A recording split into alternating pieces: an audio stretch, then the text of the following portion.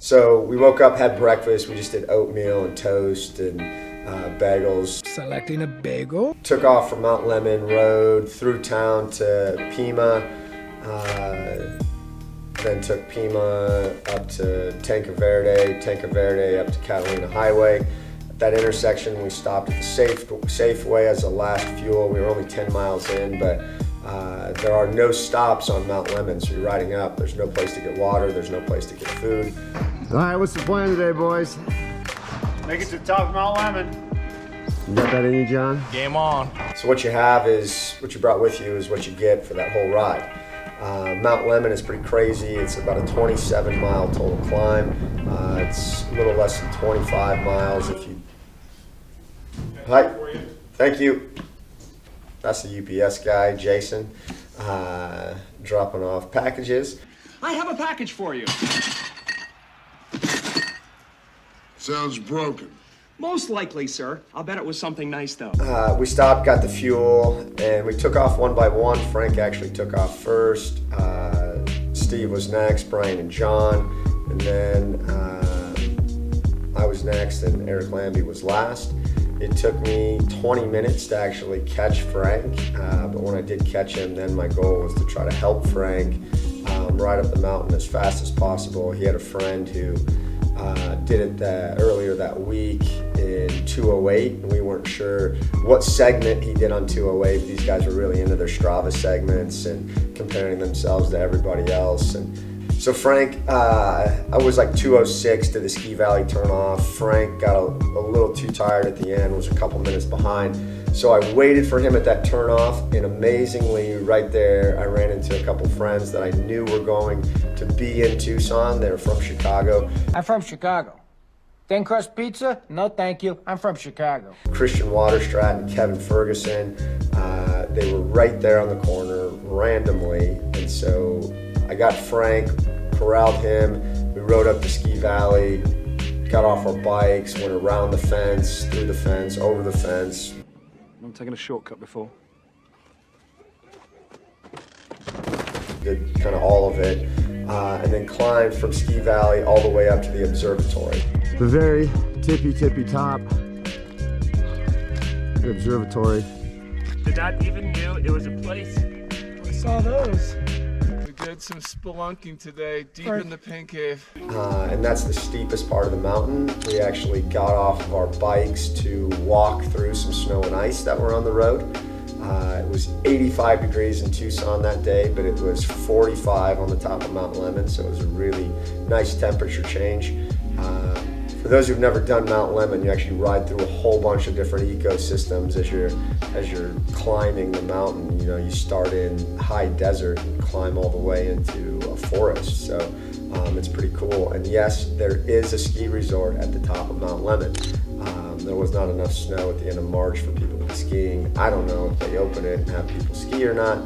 But yes, there's a ski resort at the top of Mt.Lemon. So we head down from there, go into the town of Summerhaven at the top of the mountain to the cookie cabin. We get, and luckily Steve didn't go all the way to the top. He went instead, got in line at the cookie cabin, bought us these giant cookies. They're as big as a plate. He bought everyone a giant cookie and an entire pizza that we demolished very quickly while we waited for John and Brian to make it to the top. Brian and John did make it to the top. Made it.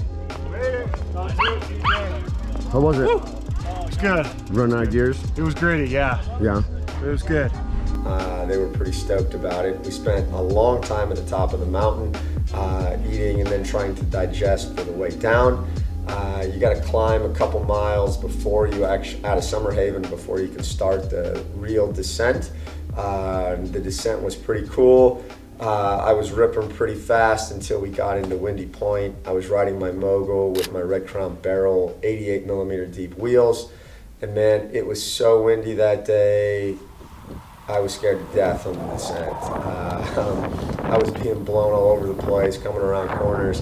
Not that it slowed me down a ton, but Eric Lambie was on a Factor 1 road bike, and he put about a minute on me from mile 14 to mile 0. Because it was that scary coming down. So I knew if I was going to be scared, Brian and John were going to be way worse. So Took them a lot longer to get down the mountain than it did me. My top speed coming down was only 43 miles per hour, so it wasn't like I was really ripping that hard. And I didn't get my total descent time on that either, but it was a good descent. It was just way windier than I would have wanted to.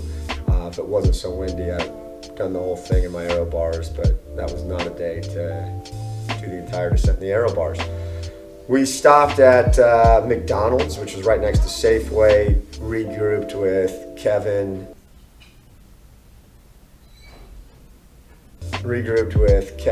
and Christian and their crew. I got Powerade in at McDonald's. Then we cruised home, got back, did a short run off the bike. This time we did a 30-minute run. I ran just over 4 miles. It was a nice run, and then bam, shabam. Shortly after that, we had a 6 p.m. reservation to swim at the rec center. So we got to the rec center and we just did a recovery swim. The swim workout was super easy. We did a 10-minute free warm-up period, and then we did 2 times through a 5-minute swim, a 4-minute swim, a 3-minute swim, a 2-minute swim, 1-minute swim, all with 1-minute recoveries. I did not swim hard. I swam faster the longer I swam. But again, the purpose of this swim was to loosen up, and man, it felt good after 2 big days to get in the water and loosen up. Loosey-goosey. Which gave us exactly 12 hours and 5 minutes from the time we got out of the water to the time we returned to water the next day. So anyway, that night the plan was to leave the pool and go straight to Zinburger on River Road. Zinburger's a gourmet hamburger and milkshake place. It was awesome.